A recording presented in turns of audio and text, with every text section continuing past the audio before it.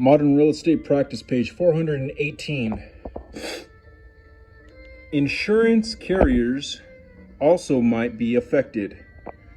Mortgage insurance companies protect lenders' mortgage investments and might be required to carry part of the ultimate responsibility in cases of loss.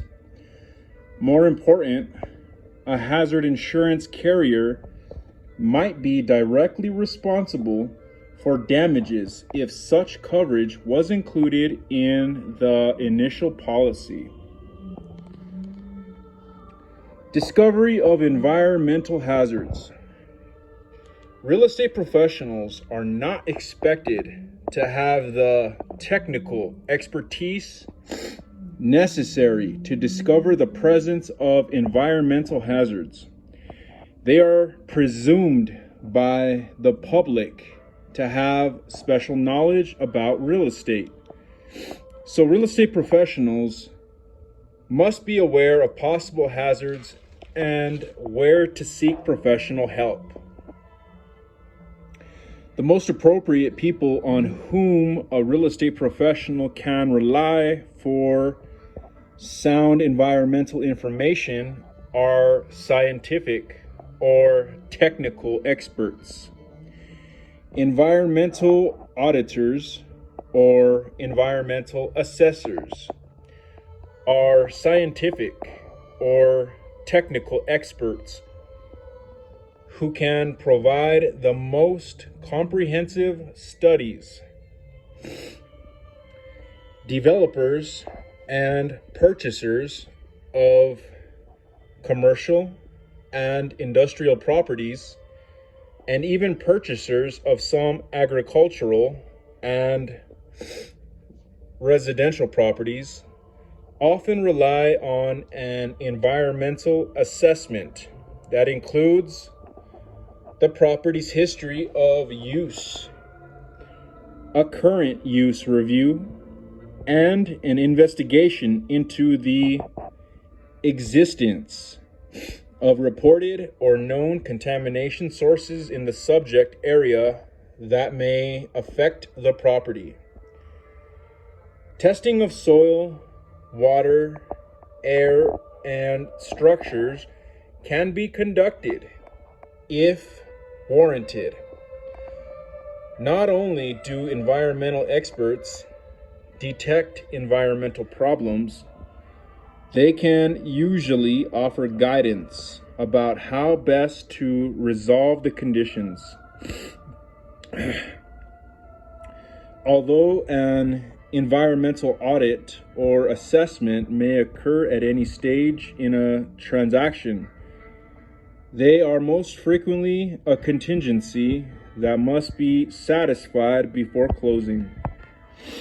In practice, an environmental assessment and accompanying tests conducted by an environmental consultant can take time.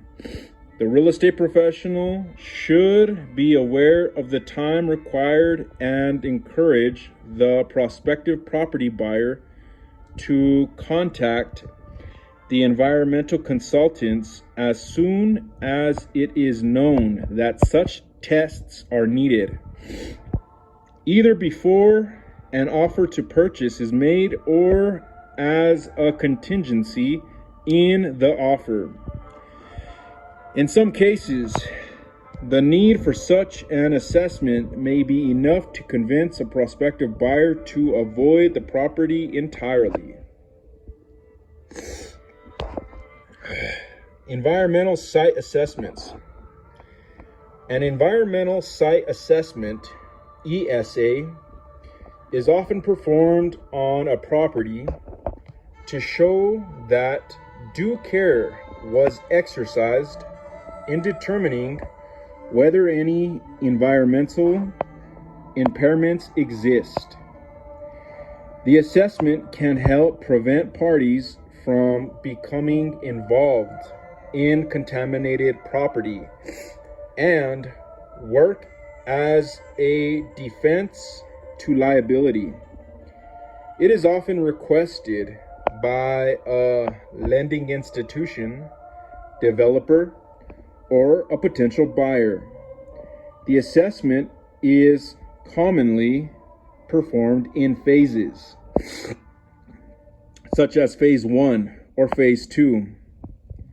A phase 1 ESA is requested first to determine whether any potential environmental problems exist at or near the subject property that may cause impairment. A phase 2 ESA includes soil, water, and other testing and is performed if warranted. There are no federal regulations that define what an environmental assessment must include. Page 419.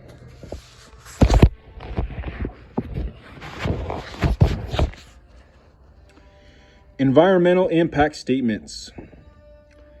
A federally funded project requires that an environmental impact statement, EIS, be performed. The statement details the impact the project will have on the environment. It can include information about air quality, noise, public health, and safety, energy consumption, population density, wildlife, vegetation, and the need for sewer and water facilities.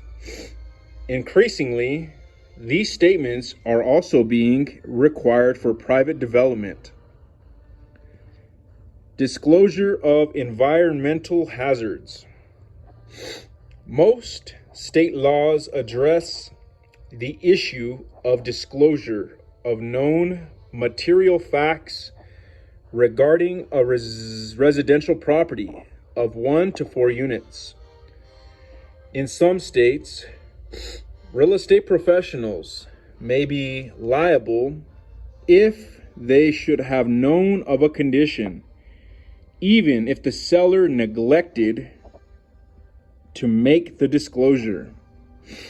Very few states require disclosure of environmental issues with commercial and industrial property. Real estate professionals specializing in these properties should emphasize to prospective buyers the importance of professional environmental audits in the absence of required disclosures. Key point review. Asbestos is a mineral composed of fibers that have fireproofing and insulating qualities. Asbestos is a health hazard when fibers break down, becoming friable, Friable, and inhaled. Asbestos has been banned for use in insulation since 1978. Encapsulation can prevent asbestos fibers from becoming airborne. Lead can be found in pipes, pipe solder, paints, air, and soil. Lead-based paint is found in many of the housing units built before 1978. Lead accumulates in the body and can damage the brain, nervous system, kidneys, and blood. The Lead-Based Paint Hazard Reduction Act of 1992, LBPHRA, requires disclosure of known lead-based paint hazards to potential buyers or renters. Real estate professionals must provide buyers and lessees with Protect Your Family from Lead in Your Home, a pamphlet created by EPA, HUD, and the Consumer Product Safety Commission.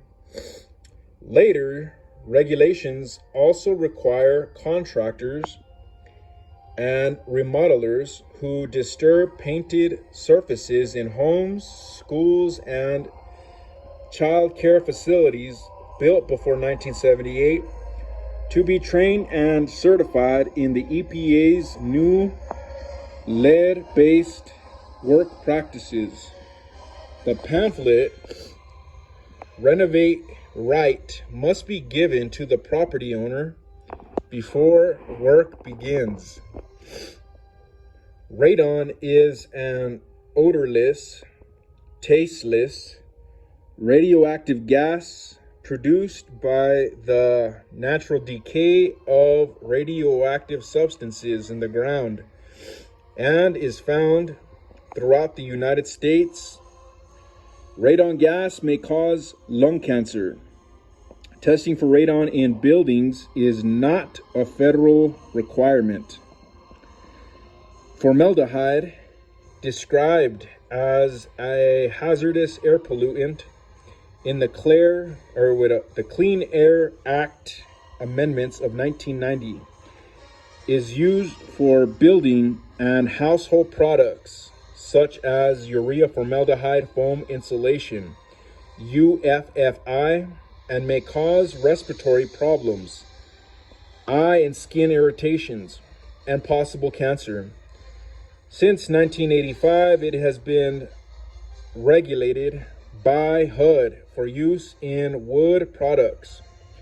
Real estate professionals should check state formaldehyde disclosure requirements, and appraisers should note the presence of formaldehyde.